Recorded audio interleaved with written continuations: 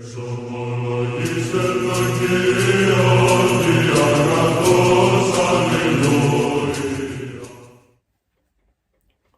nderuar miq të dashur vëllezër dhe motra, ma Krishtin ja ku jemi së bashku në takimin tonë të përditshëm komenti i shkrimit shenjtë. Jemi në datën 29 qershor. Data 29 qershor është një ditë e kremte për kishën tonë ortodokse, është dita e të parë të apostujve, Shën Pjetër dhe Shën Pavël, dhe është një ditë panagjirike. Dhe në këtë ditë, në liturgjinë ynore ne lexojmë një pjesë nga Ungjilli sipas Mateut, kapitulli 16, vargu 13 deri në vargu 19. Le ta lexojmë këtë pjesë dhe ta komentojmë sipas hetëve. Pastaj Jesui, mbasi arriti në krajinën e Cezaresë së Filipit, i pyeti dishepujt e vet: "Kush thon njerëzit se jam unë i biri i njeriut?" Dhe ata thanë: "Disa Joan Pakzori, të tjerë Elia, të tjerë Jeremia ose një nga profetët." Dhe ai u tha atyre: "Po ju kushtoni se jam unë?" Dhe Simon Petro duke përgjigjer tha: "Ti je Krishti, biri i Perëndisë së gjallë." Dhe Jesui duke përgjigjer tha: "I lumur je ti o Simon, i biri Jona, sepse këtë nuk ta zbuloi as mish as gjaku, por Ati im që është në qiell. Dhe unë po them gjithashtu se ti je Petro, dhe mbi këtë shkëm unë do ndërtoj kishën time dhe dyert e ferit nuk do të mundin atë. Dhe unë do t'jap qersat e mbretërisë së qiejve, gjithçka që të kesh lidhur mbi tokë do të jetë lidhur në qiell, dhe gjithçka që të kesh zgjidhur mbi tokë do të jetë e zgjidhur në qiell." Pra kjo është pjesa që lexojmë në këtë të kremte.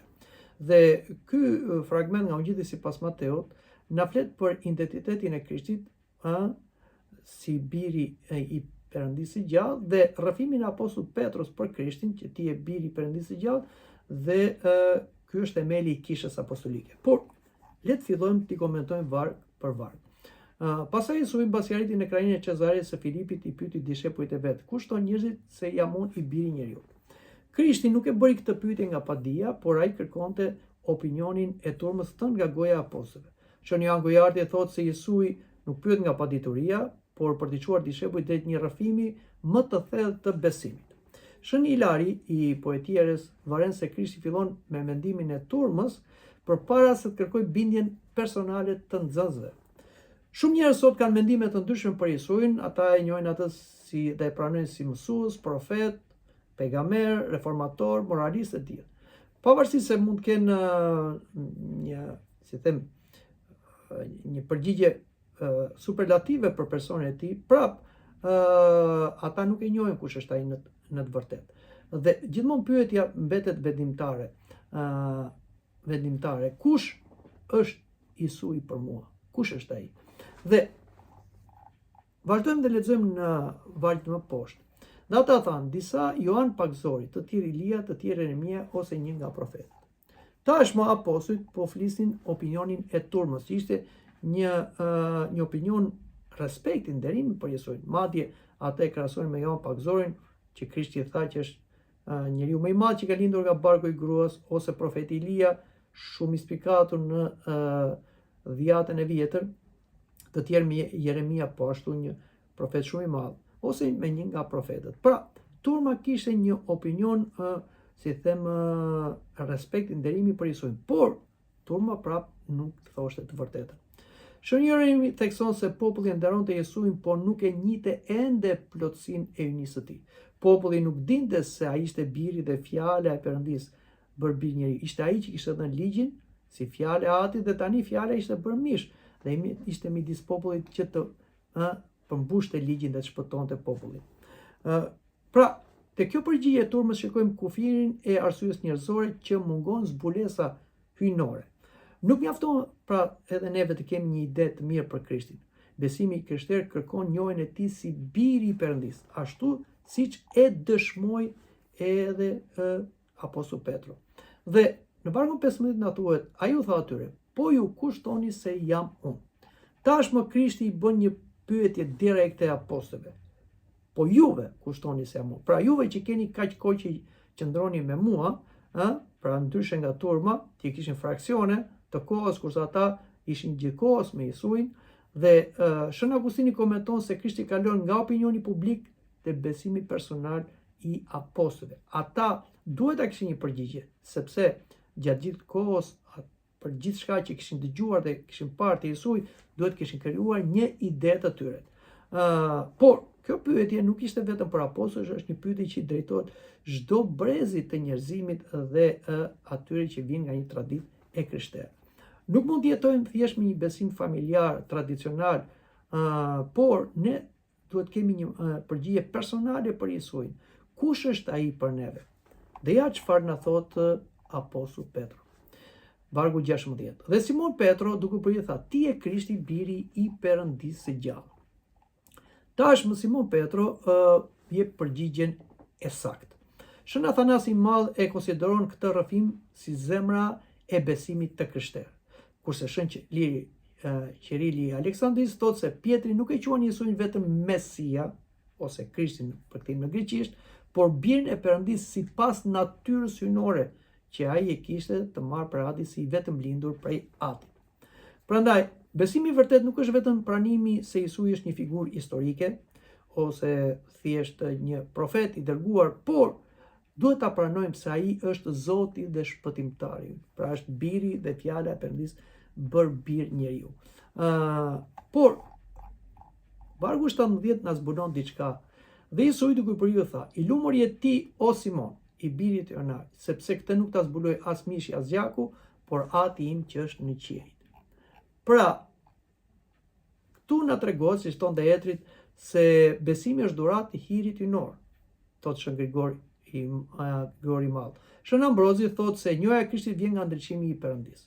Pra, edhe pse njerëzit sot në përgjithësi kanë një njohje për personin e Zotit Krishtit, person historik, ose një person që ka lënë gjumë në historinë e njerëzimit, pra kemi para Krishtit, mbas Krishtit dhe thash e nderojnë atë me superlativa, e quajnë profet, e quajnë të dërguar, e quajnë një reformator të madh, e quajnë të pamëkatshëm. Prap, ata në qoftë se nuk e pranojnë Jezu Krishtin si birin e Perëndisë së gjallë, nuk e njohin vërtet atë. Prandaj, studimi është i rëndësishëm si studimi historik, por besimi i gjallë lind nga veprimi i hirit në zemrën e njeriu kur ajo hapet me përurësi ndaj Perëndisë. Arsyeja pse njerëzit nuk e pranojnë Jezu Krishtin si Zotin dhe shpëtimtar është se kanë egoizëm. Ata duan të shpëtojnë nga vetvetja. Siç edhe judejt mendonin se shpëtimi ishte zbatimi i ligjit, që ata ligjin nuk e zbatonin, por përpiqeshin të zbatonin ligjin që ta kishin shpëtimin si merit. Kështu janë dhe disa fe të tjera dhe monoteiste që përpiqen ta shpëtojnë veten besimtari, pra veten me anë të veprave, por të gjitha këto janë dështime, si të them, janë dështime të natyrës njerëzore. Sepse e para njerë, askush nuk mund të shkojnë vetë tek Perëndia, sepse ka një humner midis Zotit dhe njeriu, dhe kjo humner është humnera e mëkatit. Dhe aq më tepër, askush nuk mund ta njohë Zotin me të vërtetë, nëse kjo nuk zbulohet nga Perëndia. Pra njeriu është i paaft të shikojë dhe gjërat që janë rreth tij, jo më të shikojë Zotin me shikimin e tij biologjik ose dhe mendor. Duhet një ndriçim i Perëndisë. Prandaj është shumë e rëndësishme kjo që Krishti i tha apostullit Petros, nuk ishte mish e gjaku, nuk ishte ti, por ishte Perëndia, Ati im, që të zbuloj se kush jam unë, pra me anë të hirit të Shpirtit Shenjtë. Dhe të dashur të krishterë, arsyeja pra që shumë njerëz sot nuk janë të krishterë dhe mohojnë Krishtin si Zot dhe shpëtimtar e tyre, është jo se mungon dëshmia, por kanë ego. Nëse ata nuk e zbrazin veten e tyre, nuk i qin dorë nga vetë shpëtimi i tyre dhe nuk e përulin veten, atëre ndriçimi i hirit të Shpirtit Shenjtë nuk vjen tek ata. Dhe ata deri në fund do mbeten në pabesinë e tyre. Nuk pranojnë Krishtin Zot dhe shpëtimtar e tyre, do mbeten në mëkatin e tyre dhe në fund kur paraqiten përpara Zotit Jezu Krisht si gjykatës dhe shpëtimtar, ata do mbeten të zhgënjur. Pse? Sepse nuk i la egoizmi i tyre. Ndryshe nga apostulli Petro, i cili e përuli veten, dhe nga apostujt dhe nga dishepujt dhe nga gjithë ata që e pranojnë Jezu Krishtin si Zot dhe shpëtimtar, që për shkak të përurësisë pranuan ndriçimin hyjnor në shpirtin e tyre, në zemrën e tyre. Por le të vazhdojmë dhe me vargun më poshtë, vargu 18. Dhe unë po them gjithashtu se ti je Petro, dhe mbi këtë shkëmb ose Petra, unë do të ndërtoj kishën time dhe dyert e ferit nuk do ta mundin ata. Ky është një nga vargjet që është komentuar më shumë në shkrimin e shenjtë dhe ka opinione ndryshme, si në kishën ortodokse, në kishën romano-katolike dhe protestante, dhe më themi dhe është një nga pjesë të shkrimit që ka sjellë dhe ndasin ndërmjet këtyre kishave. Por si e shpjegon kisha ortodokse këtë thënie të Krishtit për apostull Petrus? Ti je Pietri dhe mbi këtë shkëmb ose Petra unë do ndërtoj kishën time. Shën Johan Gojarti, që në shekullin e 4 e lidh shkëmbin me besimin e rrëfyer nga Petro.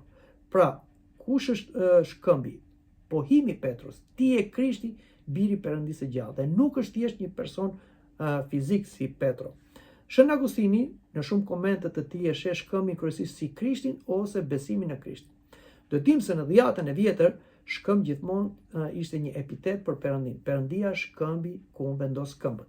Kështu që Krishti tha, ti je Petro, pra nga Simon e mori emrin Petro, që përkthehet nga greqishtja gur, dhe mbi këtë shkëmb, mbi këtë Petra do thot shkëmb, unë ndërtoj kishën time. Pra, kisha e Krishtit nuk është ndërtuar mbi apostull Petro, por mbi pohimin e Petrus dhe ky pohim është shkëmbi, pra është vetë Perëndia, Krishti ku është themeluar kisha apostolike. Dhe pastaj janë edhe apostujt sigur të tjerë themeli.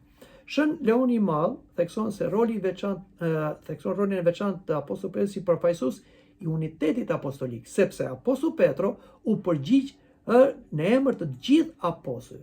Të gjithë apostujt duke si them përjashtuar Judën, i cili mbeti i pabezët tradhtar, ata e kishin këtë besim për personin e Isu Krishtit. Dhe ishte apostull Petro që u përgjigj në emër të tyre, dhe kjo tregon unitetin.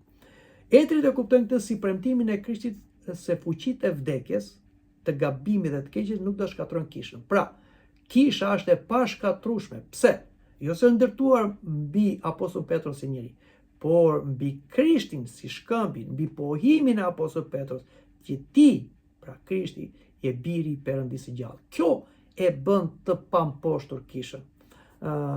Kisha në çdo kohë ka kaluar kriza, përndjekje që kanë ardhur nga jashtë, edhe nga brenda, por duke pasur themel pohimin ti je Krishti, biri i Perëndisë së gjallë, që është vetë Krishti, atëherë kisha gjithmonë ka mbetur e pa shkatrueshme, e pa dobësuar ose dhe e pa tjetërsuar. Këtë ka treguar kisha katolike, apostolike, ortodokse, e cila është e pandyshueshme që nga viti 33 mbas Krishtit, ku u themelua kishën ditën e Pentekostit, dhe deri më sot, por dhe deri në fund. Por le të flasim dhe për vargun 19. Dhe unë po t'jap qersat e mbretërisë së qiejve. Gjithçka që të kesh lidhur mbi tokë do të jetë lidhur në qiell, dhe gjithçka që do të kesh zgjidhur mbi tokë do të jetë zgjidhur në qiell. Tashmë Zoti Krishti jep apostull Petros një detyrë. Tertuliani dhe shumë të tjerë e shohin qersat si simbol të autoritetit shpirtëror. Pra, jo se apostull Petros i dha një qers për të hapur një derë të parajsës në qiell, gjithmonë do shikojmë në mënyrë alegorike, dhe qelsa ose qelsi janë misteret e kishës, me cila hapet dera e parajsës. Shën Qirili i Aleksandrisë e lidh këtë me shërbimin apostolik, pra të mësimit, të fjalës, të drejtimit të kishës dhe të kryerjes së mistereve. Çfarë bënin apostujt, na thotë libri i Veprat e Apostujve? Ata lëçisnin fjalën dhe thyenin bukën, pra kryenin misterin më të madh që ka kisha, dhe të tjera mistere të kishës. Lidhja dhe zgjidhja kuptohet si autoritet për të shpallur faljen e mëkateve, për të ushtruar disiplinën kishtare dhe për të udhëhequr bashkësinë. Këtë autoritet Zoti ia dha apostull Petros, por jo vetëm apostull Petros, por të gjithë apostujve. Dhe këtë shikojmë kur Krishti u ngjall prej së vdekush, fryti mbi apostujt dhe tha: "Merrni Shpirtin Shenjtë, kujt janë falur mëkatet, ju janë falur. Kujt nuk janë falur, nuk ja falni, nuk do janë falur." Pra, të gjithë apostujt morën qersat siç i ka dhe apostull Petro. Por apostull Petro është i pari midis apostujve, i pari midis barabartëve, por jo i pari absolut, dhe që është zëvendësi i Krishtit. Ky është një interpretim i gabuar që ka ndodhur në kishën romano-katolike, dhe kjo është një nga, si them, arsyet e ndarjes ndërmjet kishës romano-katolike dhe atë ortodokse, që pohon se kisha nuk është ndërtuar mbi apostull Petron, dhe apostull Petro nuk është një zëvendës i Krishtit, por kisha është ndërtuar mbi pohimin që Isu Krishti është biri i Perëndisë së gjallë dhe çelësi i apostullit Petër janë autoriteti i apostullit Petër dhe gjithë apostujve dhe i gjithë kishës apostolike për të hapur portën e parajsës nëpërmjet mistereve të kishës. Autoriteti në kishë nuk është një privilegj, por një shërbim, pra Zoti i tha apostullit Petër dhe gjithë apostujve për të shërbyer, për të marrë me mëkatarët, ai pra si autoritet duhet përdoret për ndërtim, pajtim dhe të shpërtim të njerëzve dhe jo për t'i krijuar vetes një autoritet, një zotërim ose një keq përdorim. Por le ta përmbledhim gjithë mesazhin e kësaj pjese ungjillore. Jesu i vazhdon të pyesë çdo njeri edhe sot, po ti kush thua se un jam, dhe ne duhet përgjigjemi si apostulli Petro me përurësi të ndriçuar nga hiri i Shpirtit të Shenjtë, ti je Krishti biri i Perëndisë së gjallë. Besimi i vërtet në Krishtin është dhuratë e Perëndisë, po kërkon edhe përgjigjen tonë të lirë. Kisha qëndron jo mbi fuqinë njerëzore, por mbi Krishtin dhe të vërtetën e tij. Çdo i krishterë është thirrur të japi të njëjtin rrëfim si apostulli Petro, ti je Krishti biri i Perëndisë së gjallë. Dhe kjo është martiria e kishës, që mund të çojë edhe në një martirizim trupor, siç kemi shembujt e martirëve. Sot në një kohë konfuzioni dhe relativizimi, ky tekst na kujton se identiteti i Jesuit është qendra e besimit dhe jetës së kishës.